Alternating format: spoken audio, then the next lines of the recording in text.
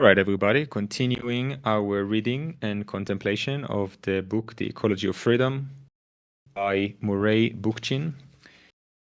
We are still on episode 1, The Ecology of Freedom, the concept of social ecology.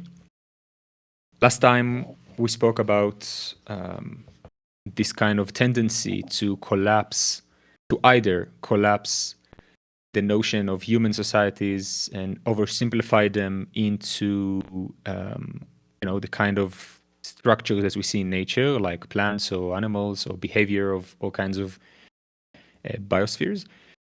And on the other hand, the tendency to completely separate and divorce them from each other. And he's offering this kind of philosophy, this ecological philosophy that he's trying to elaborate, which is social ecology, which take both the complexity and kind of uniqueness of human community, of human society that emerges from nature, but also in a way that is inseparable from the kind of historicity, the material conditions, the kind of principles that nature operates by.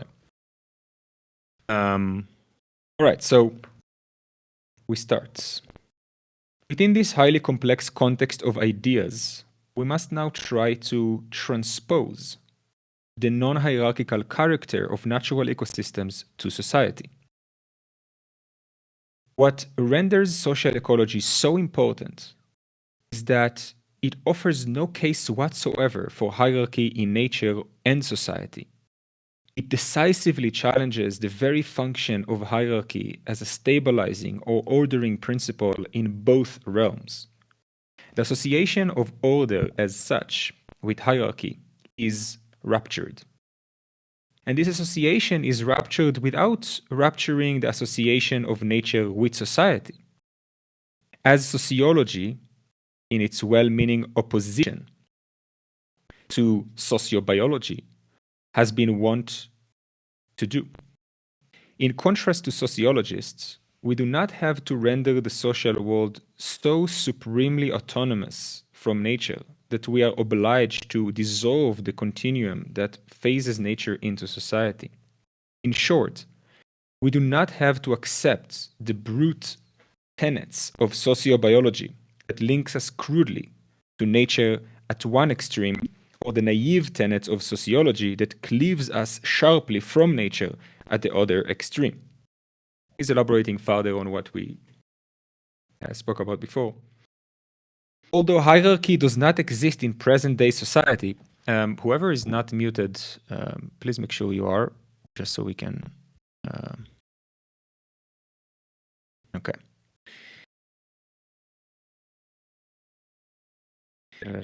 In short, although hierarchy does not exist in present-day society, it needs not continue. Although hierarchy does exist in present-day society, it need not continue, irrespective of its lack of meaning or reality of nature.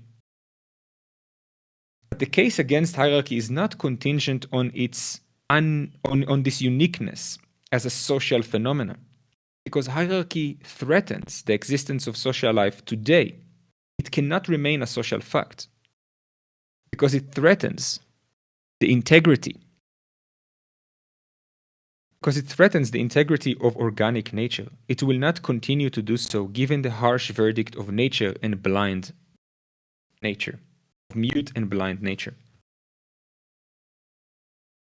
Our continuity with non-hierarchical nature suggests that a non-hierarchical society is no less random than an ecosystem.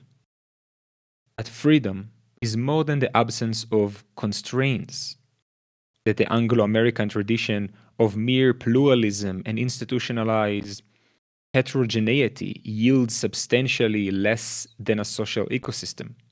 Such concepts have been argued with telling effects. In fact, democracy as the apotheosis of social freedom has been sufficiently denatured, as Benjamin R. Barber has emphasized, to yield. The gradual displacement of participation by representation So democracy is its classical form, means quite literally rule by the demos, by the plebis, by the people themselves. It now often seems to mean little more than elite rule sanctioned through the device of representation by the people. Competing elite vie for support for a public whose popular sovereignty is reduced to the pathetic right to participate in choosing the tyrant who will rule it. Perhaps more significantly, the concept of a public sphere, of a body politic, has been literally dematerialized by a seeming heterogeneity, more precisely, an automatization that reaches from the institutional to the personal, that has replaced political coherence with chaos. The displacement of public virtue by personal rights has yielded the subversion not only of a unifying ethical principle that once gave substance to the very notion of a public, but to the very personhood that gave substance to the notion of a right. A broad, frequently raised question remains to be answered. To what extent does nature have a reality of its own that we can legitimately invoke? Assuming that nature really exists, how much do we know about the natural world that is not exclusively social, or, to be even more restrictive, the product of our own subjectivity? That nature is all that is non-human, or more broadly, non-social, is a presumption rooted in more than rational discourse. It lies at the heart of an entire theory of knowledge, an epistemology that sharply bifurcates into objectivity and subjectivity. Since the Renaissance, the idea that knowledge lies locked within a mind closeted by its own supernatural limitations and insight, has been the foundation for all our doubts about the very existence of a coherent constellation that can even be called nature. This idea is the foundation for the anti-naturalistic body of epistemological theories. The claim of epistemology to adjudicate the validity of knowledge as a formal and abstract inquiry has always been opposed to a claim of history to treat knowledge as a problem of genesis, not merely of knowing in a formal and abstract sense. From this historical standpoint, mental processes do not live a life of their own. Their seemingly autonomous construction of the world is actually inseparable from the way they are constructed by the world, a world that is richly historical, not only in a social sense, but in a natural one as well. I do not mean that nature knows things that we do not know, but rather that we are the very knowingness of nature, the embodiment of nature's evolution into intellect, mind, and self-reflexivity.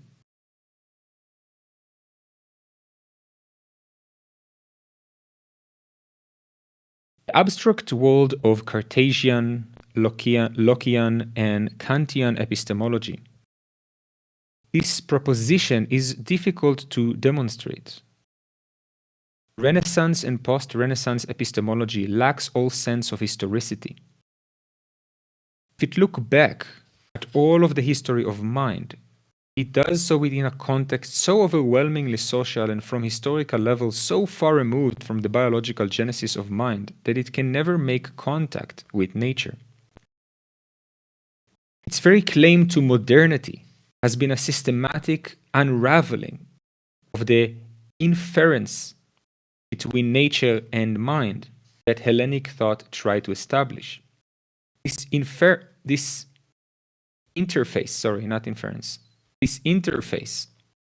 has been replaced by an unbridgeable dualism between mentality and the external world. In Descartes, dualism occurs between soul and body. In Locke, between the perceiving sense and the perceived world. In Kant, between mind and external reality. Thus, the problem of nature's knowingness has traditionally been seen from the knowing end of a long social history rather than from its beginnings. When this history is instead viewed from the origin, mentality and its continuity with nature acquires a decisively different aspect. An authentic epistemology is the physical anthropology of the mind, of the human brain, not the cultural clutter of history that obstructs our view of the brain's genesis in nature and its evolution in society, conceived as a unique elaboration of natural phenomena. In the same vein, I do not wish to accord mind a sovereignty over nature. It is patently lacks. Nature is a perpetual kaleidoscope of changes and fecundity that resists hard and fast categorization. Mind can grasp the essence of this change, but never all of its details. Yet, it is precisely in matters of detail that human hubris proves to be most vulnerable. To return to Charles Elton's sensitive metaphors, we have learned to navigate our way through the deeper waters of this natural world, but not through the countless and changing reefs that always render our debarkment precarious. It is here where the details of the shoreline count so tellingly that we do well not to ignore the currents that experience assures us are safe and that will spare us from the dangers of foundering. Ultimately, organic knowledge is mobilized insight that seek to know nature within nature, not to abandon analysis for mysticism or dialectic for intuition. I'll read it again because I think that's a good one. Ultimately, organic knowledge, which I think he's referring to this whole process of knowingness, is mobilized insights that seeks to know nature within nature, not to abandon analysis for mysticism or dialectic for intuition. Our own thinking is itself a natural process, albeit deeply conditioned by society and richly textured by social evolution. Our capacity to bring thought into resonance with its organic history, its evolution from the highly reactive organic molecules that form the fundament for the sensitivity of more complex ones, extravagant cloudburst of life forms that follows, and the evolution of the nervous system, is part of the knowledge of knowing that provides thought with an organic integument as real as the intellectual tools we acquire from society. More than intuition and faith, thought is literally real as birth and death. When we first begin to know and when we finally cease to know.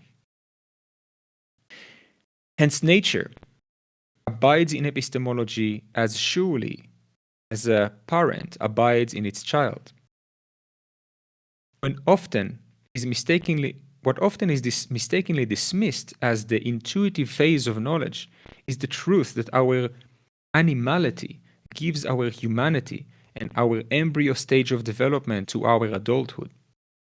When we finally divorce these depth phases of our being and thinking from our bodies and our minds, done worse than narrow our epistemological claims to Kantian judgments based on a harsh dualism between thought and nature. We have divided our intellect from ourselves, our state of mind from the development of our bodies, our insight from our hindsight, and our understanding from its ancient memories. Ooh. A lot to unpack here. Anybody want to give it a go before I try?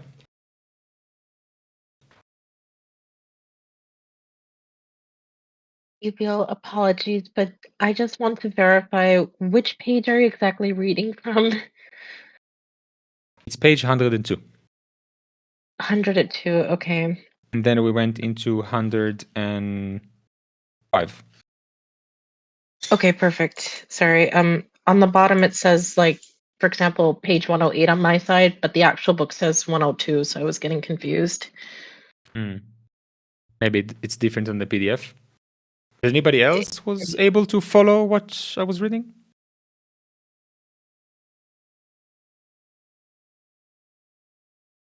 I'm following the book, and I'm on page 105 right now. Okay, yeah, here we go. But the book says 105, but on the bottom it says page 112 on the slide. Let me. Sorry.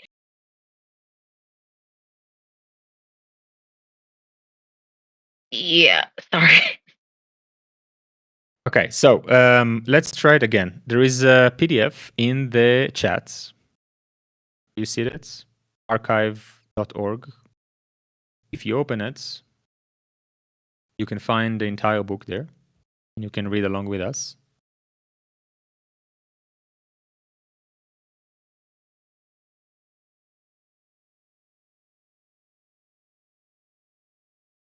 Page 105 on the book.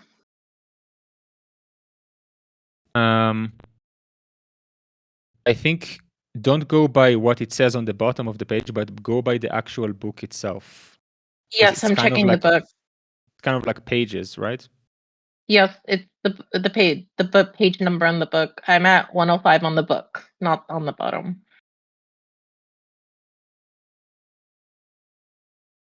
All right, you're right. It's not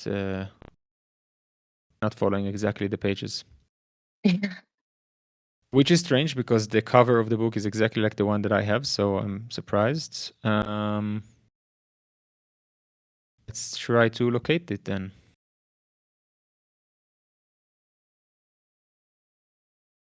Apologies for the inconvenience. So social ecology.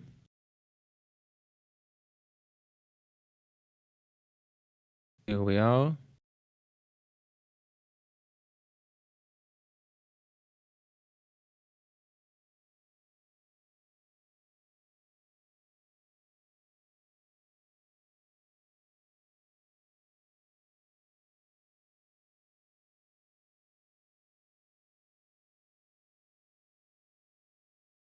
Opa, I found it.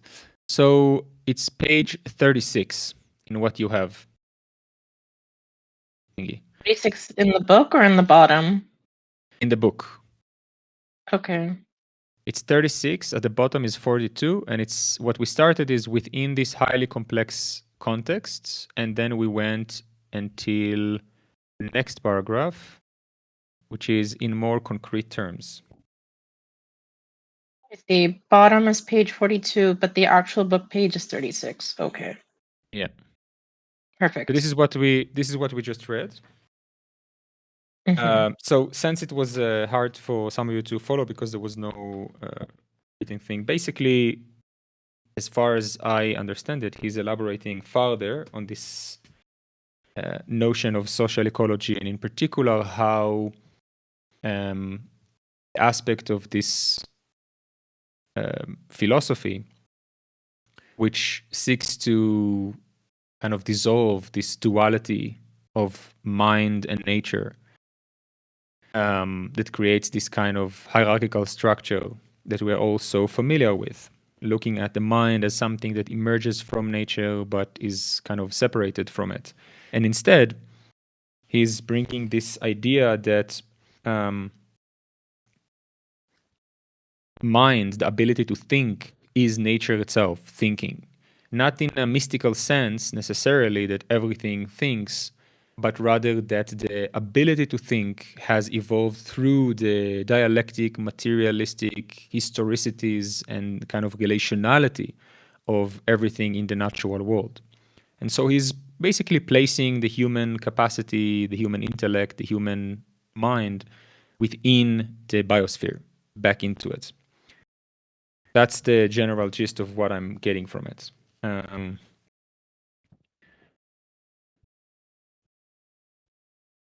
know you, Franco, have the book. What do you make of it? Anything you want to add? Yeah, so I think that's a really interesting point, because the division between humanity or the mind and nature is what's allowed us to dominate it and to do as we wish with it. So bringing the mind part of nature, it gives you a new perspective, and maybe it frees us to be with it rather than try to our own will.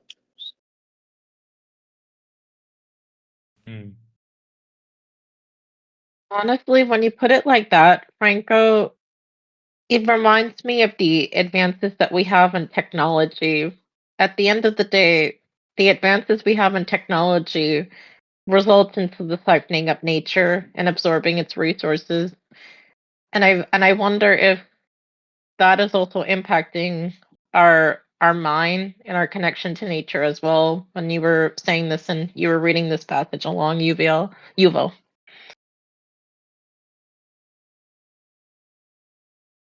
Mhm.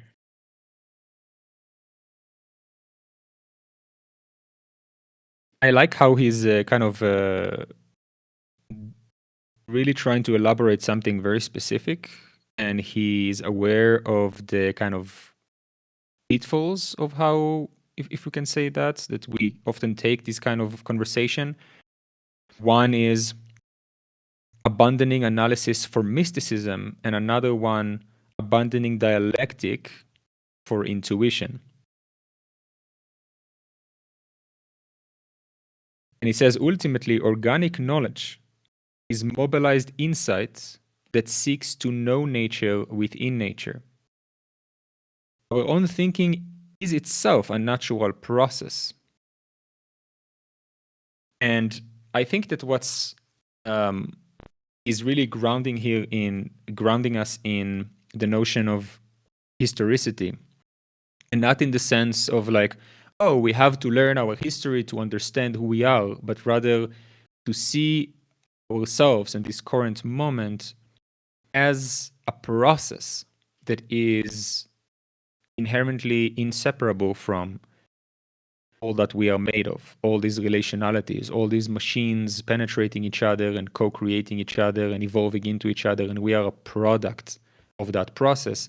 And this process, as it happens, right?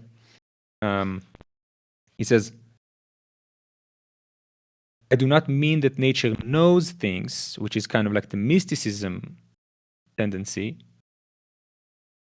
but rather that we are the very knowingness of nature, embodiment of nature's evolution into intellect, mind, and self-reflexivity. And there was also a footnote that we haven't read, so maybe I can elaborate there more. It says, in fact, natural hierarchy is meaningless in the literal sense of the term because it presupposes a knowingness, an intellectuality that has yet to emerge until the evolution of humanity and society, which we then use to impose the sense of hierarchy on nature. This knowingness or intellectuality does not suddenly explode in ecosystems with the appearance of humankind. What is antecedent to what exists may contain the potentialities of what will emerge. But those antecedents do not acquire the actualization of these potentialities after they have emerged. That we now exist to give the world hierarchy meaning hardly imparts any hierarchical reality to plants and animals and are locked into their own antecedents' historical confines. If there is hierarchy in nature, it consists of our vain attempt to establish a sovereignty over nature that we can never really achieve. It also presupposes that we are sufficiently part of nature to render the non-human world hierarchical, a notion that dualism is inclined to resist. So it's kind of like deconstructing the logical inconsistencies and premises in this idea that in this kind of worldview that imposes hierarchy over nature,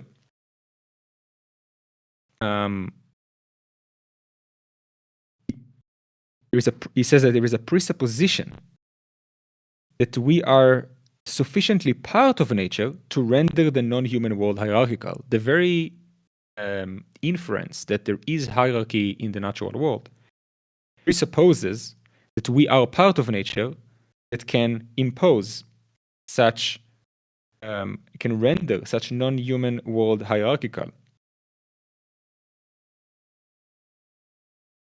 which is a notion that the dualism of hierarchy itself tries to resist.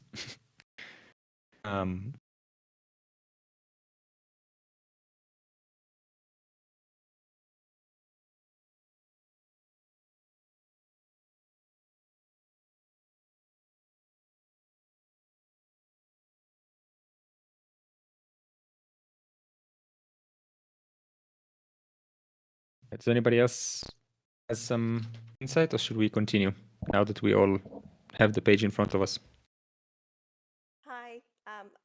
Just wanted to add that the intellectuality that he's talking about, it's, there are so many different forms of intelligence that you don't think of as intelligent as in nature, but just the mere fact that these organisms are able to persist and not create collapses in their ecosystems would make me think that perhaps they are more intelligent than what we are, right? So there's so many different types of intelligence, and it's obvious that as humans we assume that our intelligence is the epitome of height of intelligence.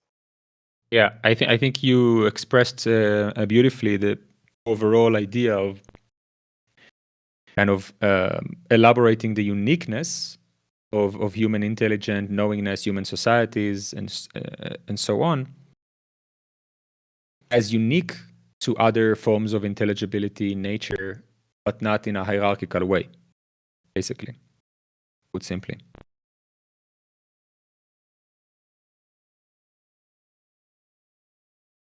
I have a question. What do you mean by duality of hierarchy? I imagine that what he's referring to, because he's speaking about, from Locke to Kant to Descartes, has, a dualism. So he says, this inference has been replaced by an unbridgeable dualism between mentality and the external world. In Descartes, dualism occurs between soul and body. In Locke, between the perceiving sense and the perceived world. In Kant, between the mind and external reality, and on and on. So kind of creating this, and this is of course a critique of, kind of Renaissance Western epistemology, that creates this artificial and impose this artificial duality. Yeah. Yeah, okay, now I get it. Thank you. All right, maybe we continue another. Yeah. In more concrete terms, what tantalizing issues does social ecology raise for our time and our future? In establishing a more advanced interface with nature, will it be possible to achieve a new balance between humanity and nature by sensitively tailoring our agricultural practices, urban areas, and technologies to a natural requirement of a region and its ecosystems?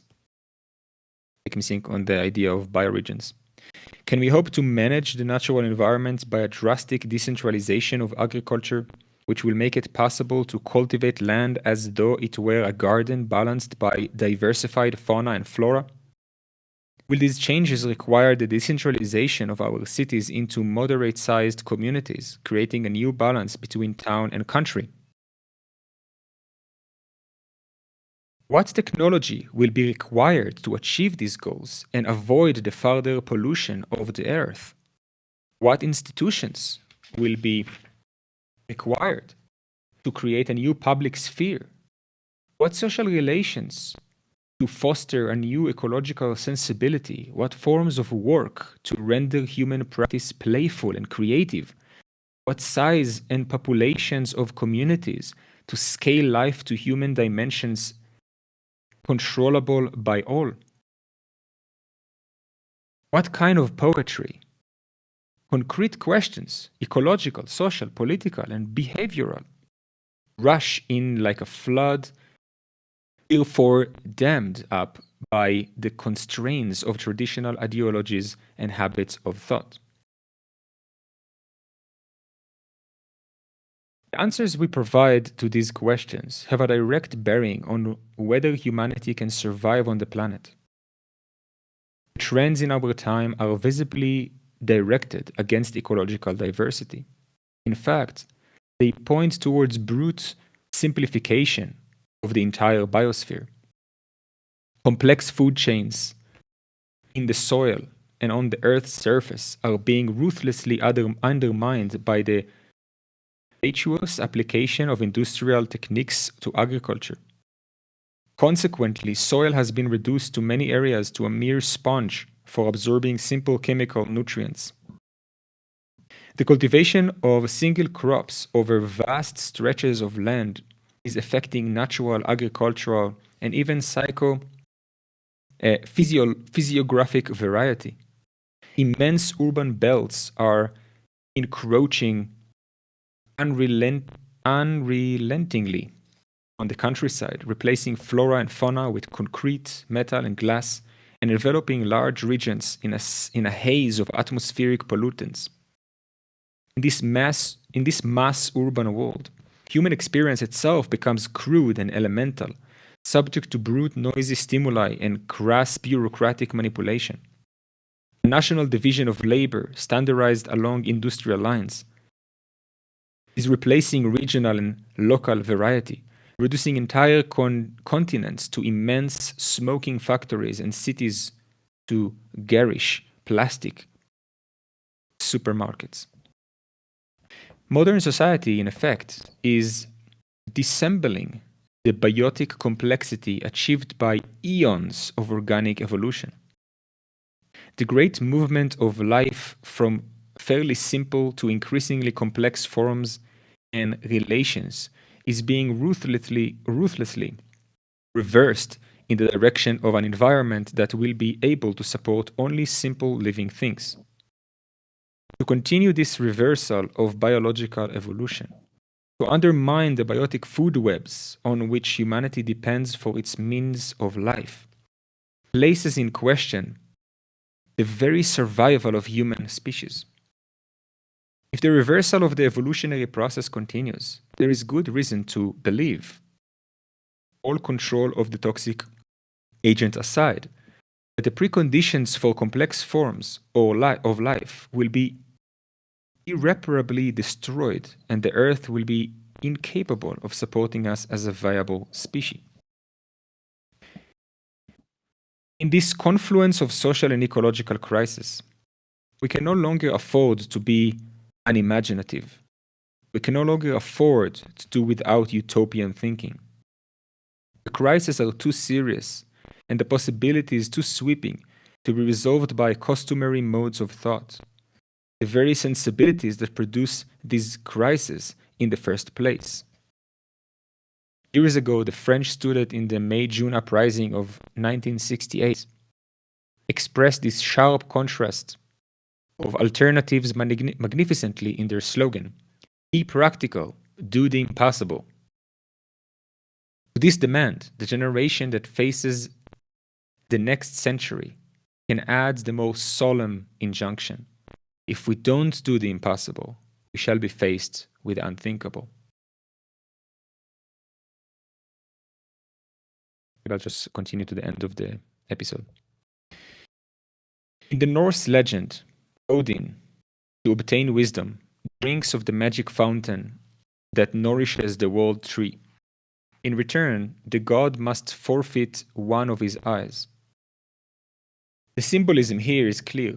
Odin must pay a penalty for acquiring the insight that gives him a measure of control over the natural world, breaches its pristine harmony. But this wisdom is that of one-eyed man. Although he sees the world more acutely, his vision is one-sided. The wisdom of Odin involves a renunciation not only of what Joseph Weber has called the primordial bond with nature, but also of the honesty of perception that accords with nature's early unity. Truth achieves exactness, predictability, and above all, manipulability. It becomes science in the customary sense of the term. But science as we know it today is the fragmented, one-sided vision of a one-eyed God, whose vantage point entails domination and antagonism, not co-equality and harmony. In the Norse legend, this wisdom leads to Ragnarok, the downfall of the gods and the destruction of the tribal world. In our day, this one-sided wisdom is laden with the prospects of nuclear immolation and ecological catastrophe. Humanity has passed through a long history of one-sidedness and of social condition. It has always contained the potential of destruction, despite its creative achievements in technology. The great project of our time must be to open the other eye, to see all-sidedly, all holy and holy, to heal and transcend the cleavage between humanity and nature that came with early wisdom. Nor can we deceive ourselves that the reopened eye will be focused on the vision and myths of primordial people. For history has labored over thousands of years to produce entirely new domains of reality that enter into our very humanness. Our capacity for freedom, which includes our capacity for individuality, experience, and desire, runs deeper than that of our distant progenitors. We have established a broader material basis for free time, play, security, perception, and sensuousness, a material potentiality for broader domains of freedom and humanness than humanity in a primordial bond with nature could possibly achieve. But we cannot remove our bond unless we know them. But we cannot remove our bonds unless we know them. However unconscious its influence may be, a legacy of domination permeates our thinking, values, emotions, indeed our very musculature. History dominates us all the more we are ignorant of it. The historic unconscious must be made conscious. Cutting across the very legacy of domination is another, a legacy of freedom that lives in the daydreams of humanity, in the great ideals and movements, rebellious, anarchist, and Dionysian, that have welled up in all great eras of social transition. In our own time, these legacies are intertwined like strands and subvert the clear patterns that existed in the past, until the language of freedom becomes interchangeable with that of domination. This confusion has been the tragic fate of modern socialism, a doctrine that has been blend of all its generous ideas. Thus, the past must be dissected in order to exorcise it and to acquire a new integrity of vision. We must re-examine the cleavages that separated humanity from nature and the splits within the human community that organically produced this cleavage. If the concept of wholeness is to become intelligible, and the reopened eye to glimpse a fresh image of freedom. I specifically want to hang on this. In our own time, these legacies are intertwined like strands and subvert the clear patterns that exist in the past until the language of freedom becomes interchangeable with that of domination. Which is a very, I think, a great way to close this chapter, as it was elaborating on how we are both a product, inseparable product of nature and all the historicities and processes that made us, although not in a hierarchical way, in a sense that we emerged from nature as a separated, more evolved kind of species. And I think he closes it really beautifully with this idea that, I don't know, maybe I'm kind of reading into it. It's not explicit as much, but the kind of social machines that we live in, especially the social machine of capital, has this particular tendency of creating these ideas, images of freedom that are actually other forms of domination. And how, when we understand that we are, like, I don't think that what he's pointing towards here is like looking at our history to understand where we're at in like a simplified way of like, oh, we need to learn of history to become more knowledgeable about the current moment and how we can live differently. I think he's saying something a bit deeper than that, which is recognizing that we are the process itself. There is no outside of the systems, so-called. Just there is no outside of nature. It's all part of the same process. And this is maybe just me adding into it my own stuff, and I hope I'm not doing that, but either way, that's what it brings up for me. It's this notion that there is no outside. Our mission is not to live outside of capitalism or, kind of create this kind of alternative reality, but rather, as we understand ourselves better and better as part of the processes and as processes ourselves within bigger processes, that new knowing itself is creating and generating other potentialities. That is, I think, his whole idea of we are the knowingness of nature, right? So it's maybe less about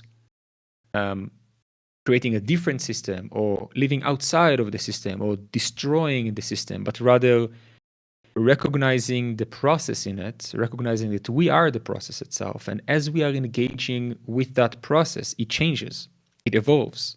Like we are the system, we imagine the world that we live in right now. And we are imagining other things when we understand it better, right? Something like that.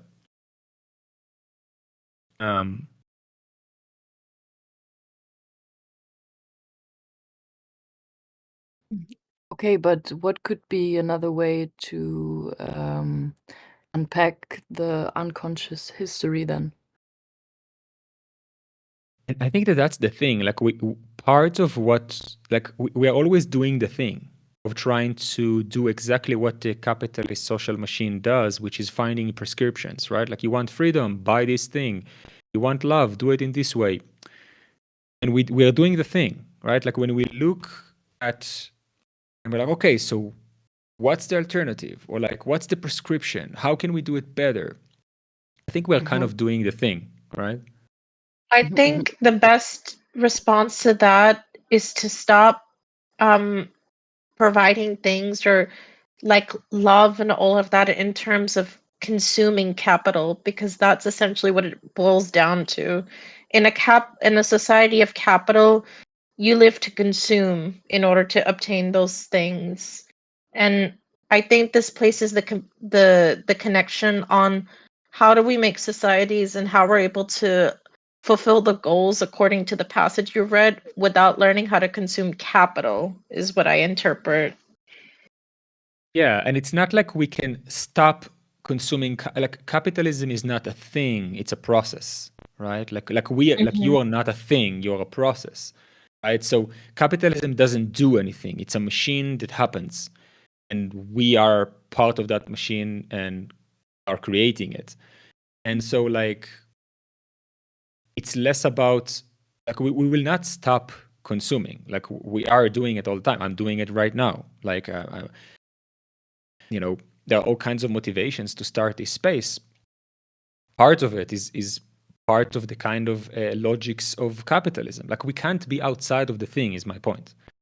So the best that we can do, and I think this is what he's pointing at with all of this, like being the knowingness, is we recognize the process itself and how inseparable it is by this kind of historicity, this connection, this realization of the process as you are part of the knowingness of the process knowing itself. And that thing produces new realities. That thing in and of itself, which is also, I think, connected to how he's aiming to dissolve this mind versus nature, or like soul versus body, or all of these dualities. There is no realm, like the realm of language is not immaterial. The realm of idea is not immaterial, and vice versa. The realm of material is not separated from the realm of ideas and intellect, right? So when we become cognizant of how this process is unfolding, that action in and of itself, like we are doing right now, talking about it, reflecting on it, that in itself produces new material conditions. I had a couple of things to add. This little section here, I feel like it just sums up so much of, like why I'm here today. And it, first off, with this story about Odin, it really, to me, it kind of mirrors the story of the Garden of Eden and Adam and Eve eating from the tree of knowledge and receiving this gift from the gods, and it being, in a way, leading to the downfall of humanity, right? And then he talks about how, we are essentially not aware of how, well, I guess for me, the book Ishmael, and it's a good kind of description or kind of story that unfolds this understanding of our histories and how that informs our thinking. And in that book, they use the term mother culture, and that mother culture is kind of whispering this story to us that kind of is this these assumptions that we base all of our actions and beliefs on, that are not plainly stated in society, but are held by all of our fellows, and the largest one being that we are above nature and separate from nature, right? And then uh, and then at the end there, he talks about modern socialism and how it's been a failure. And to me, that's, kind of why I'm here, is that I feel like the socialist type of movements, communist movements, etc., do not weave the domination of our ecosystems into the solution. And that's just such a key part that's missing for me. And we will continually be enacting the same problems over and over and over again if we don't address that. But so anyhow, that's what I got out of it. Mm. As you One were, other thing, yeah, go on, go on. one other thing that this section brought up for me is that it really beautifully outlines what the stakes are if we don't address that disconnect between human and nature. Um, it means it leads.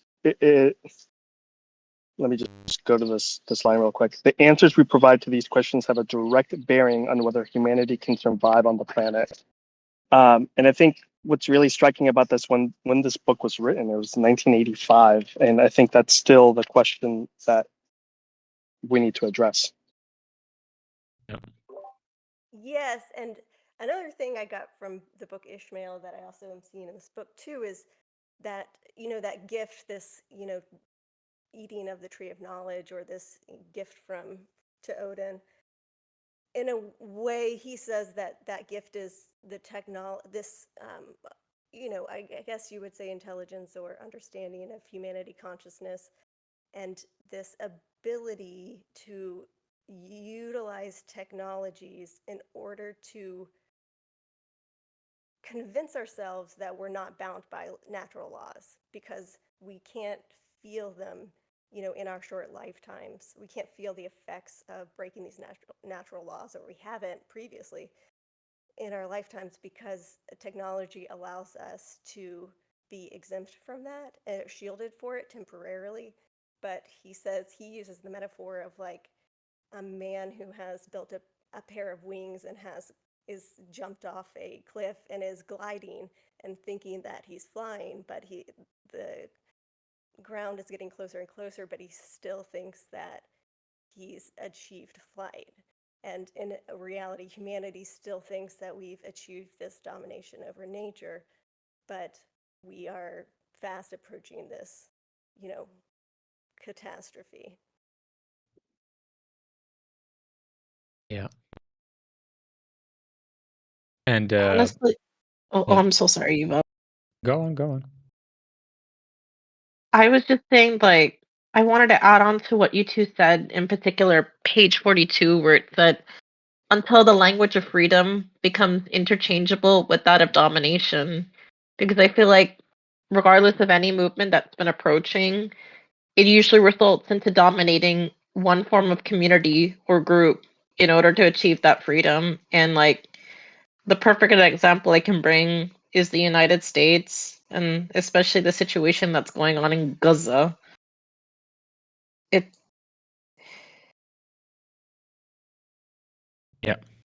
As well as pretty much most of kind of, or at least a very large number of many subversive revolutionary attempts that ended up becoming parts of the machinery of domination itself. And going back to which can be beautifully connected to what Lily said about how this mythology of Odin connect the mythology of Adam and Eve, and I think you can find plenty of these kind of end of days warning mythologies in Western Western thought philosophy, which is a perfect example of the point that I was making before of how we cannot be outside of the process, and it's about better understanding the process that allows us to imagine and to create and generate different futures. Is that the societies are producing the mythologies that they need, right? Like, I'm not an expert by any means on kind of kind of indigenous mythologies like from the Americas or other places in the world, but as far as I've seen, they rarely, if ever, include this kind of end of days warning to humanity. And I think part of it is because there was like the ontology itself was never about a separation from nature. There was no such thing. It wasn't even possible to conceptualize separation from nature. So the mythologies are always this like circular, whether you're going to like the samskaric cycle of Tibetan Buddhism, or the what's her name of the it's like mythology of the sky woman with the sweetgrass. Like it's all very circular, very ecologically grounded, and that was reflected also in the social codes themselves of pre-capitalist societies. How the rules of the society were not arbitrary, kind of decoded, dominative laws. They are something that emerged naturally from the earth. They were like embedded in the body of the earth. What was decided of what to do with excess, or how to like who is marrying who, and what clan you belong to, and all of these kind of things were inscribed in bodies, in actual bodies, and the bodies of the earth. But we live in this kind of paradigm in which all of these social codes that we had are decoded and deterritorialized into this kind of simulation, an image of an image of an image of something that resembles reality, that is grounded in reality. And understanding that, and understanding how we function as part of these processes in an inseparable way,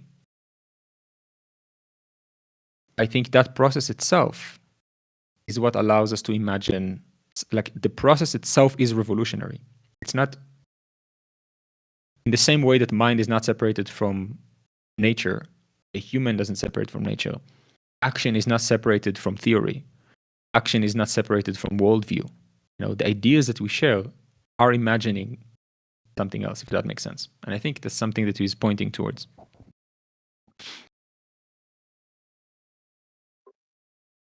Yeah, and how those kind of creation myths are kind of informing how we Exactly. move about the Yeah. world. Yeah. Like their worldview back then was already presupposing, and its logical conclusion was annihilation. Whether it's like rapture, Adam and Eve, Odin, whatever. Like there is always an end of days mythology, and that kind of ontology, that kind of mythology, is part of the process that creates those realities and bring us to this crisis in themselves, right? So it's Yeah. like a snake eating its own tail kind of thing. Well, in Ishmael, by Daniel Quinn, sorry to keep bringing up this book, but it's a favorite of mine. He presupposes that the story of Adam and Eve is actually a warning from people who are living within the means of natural law, post agricultural innovations that begin to utilize technologies that can allow humanity to be exempt from some of those laws, or feel exempt for a period of time. It's a warning to those people that you take this knowledge and you are kicked out of the Garden of Eden. You no longer get to belong here, which I would agree. Like, I feel like I no longer get to belong there now that have been raised in this culture that has forced me to not ever be able to experience what like being a human being as intended by evolution, up to a certain point should be experiencing, right? So, I mean, I feel like that story of Odin is also kind of a warning, and yet it becomes the story and the kind of the in these roundabout ways that religion evolves, it's become its own kind of goal, and rather than a warning. Yeah. And, that goal, exemplifies in the kind of infinite growth above planetary limits, transhumanism, the kind of progress above all, regardless of wide boundary consequences or externalities. Like this kind of, we've created that end of days mythologies, and now everything is running towards it. Yes, and that our own, the worship of our own intelligence and our own creation of technology will eventually save us, because it has gotten us to this point. And yet Yeah. we fail to see that the point that we're at is not a great one. Yeah, which is part of the logic of human versus nature, right? Like this duality that he's elaborating on. And part of it is also like there's this assumption that we are all kind of told by, this whispering in our ear, and understood that this is the best of all possible worlds, and that we are living in the best of times, and that humanity now has never had it better, when I certainly don't feel like that's actually the case, but I think most people function with that assumption.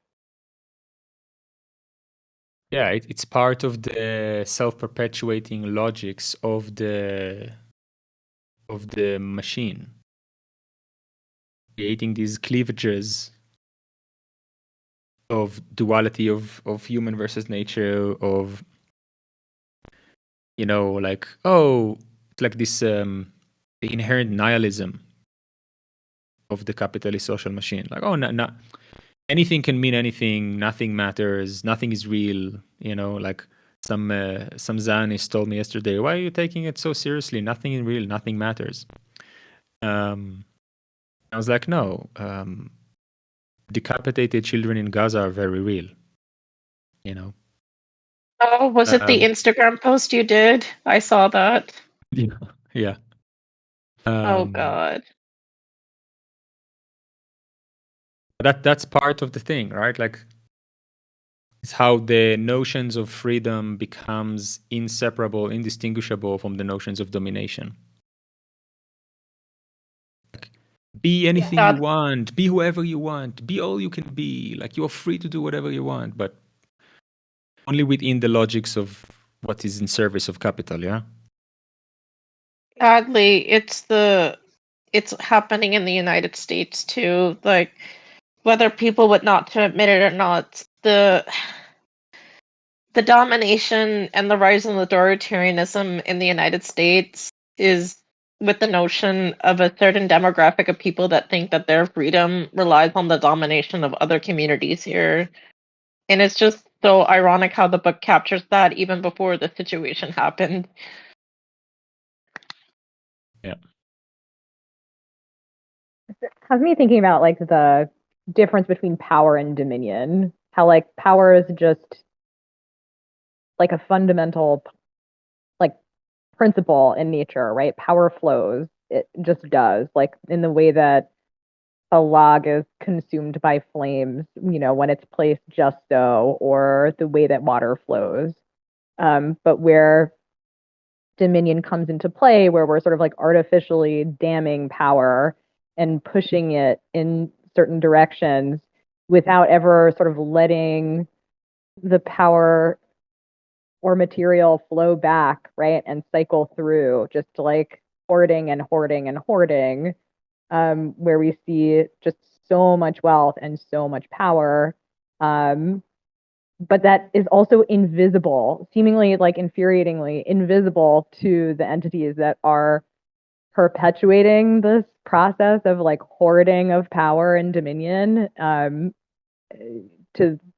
any protest seems to just absolutely fall on deaf ears. Like, what will it take to amalgamate power among people to actually pull that power back in like equitable and sustainable ways? Because it is not going to happen. I don't know how it is going to happen just by like leaders and capitalists changing their mind. Yeah, and that's touching the myth of like, oh, those people, right? Like there are these, as if there is somebody behind the scene who is making it happen. Like, but that's when we understand everything as process, we understand that billionaires are not making capitalism. They are the product of the capitalist machine. It's like a superstructure that produces them as realities, rather vice versa. Don't get me started with that evil. I seriously wish I can unalive one of them. Oh, that's And I'm not. you're totally within your right to do so. But at the same time, I think that as a worldview, that is not what's going to end capitalism, because these people are not capitalism. Capitalism is a I superstructure know that we all imagine, right? they're a product of the system that was usually created. We're guilty of creating these billionaires, but Yeah, they are like the it's ultimate cocks of capital, right? Like, exactly. they're like sitting in the cock chair, and yeah. Um, yeah, there's no outside and there's nobody behind it. That's the, and I think it is something that he's trying to communicate, like the understanding of it as a process. Um,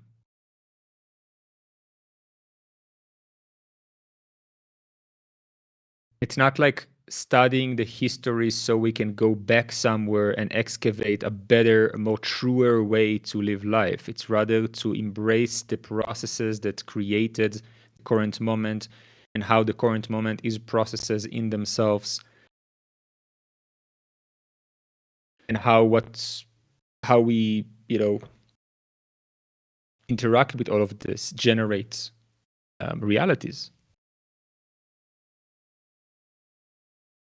Yeah, I often think of like how do we become a species among species again, because we have, you know, this underlying assumption that we are a species above or witnessing other species, right? And um and for me it's like uh it's the awareness that he's talking about, being kind of aware of all of these assumptions that we base our decisions and beliefs upon, and how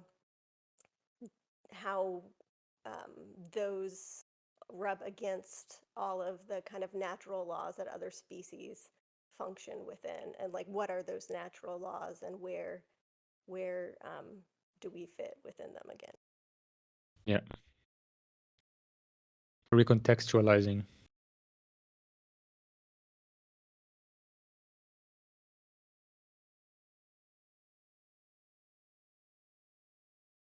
Hmm.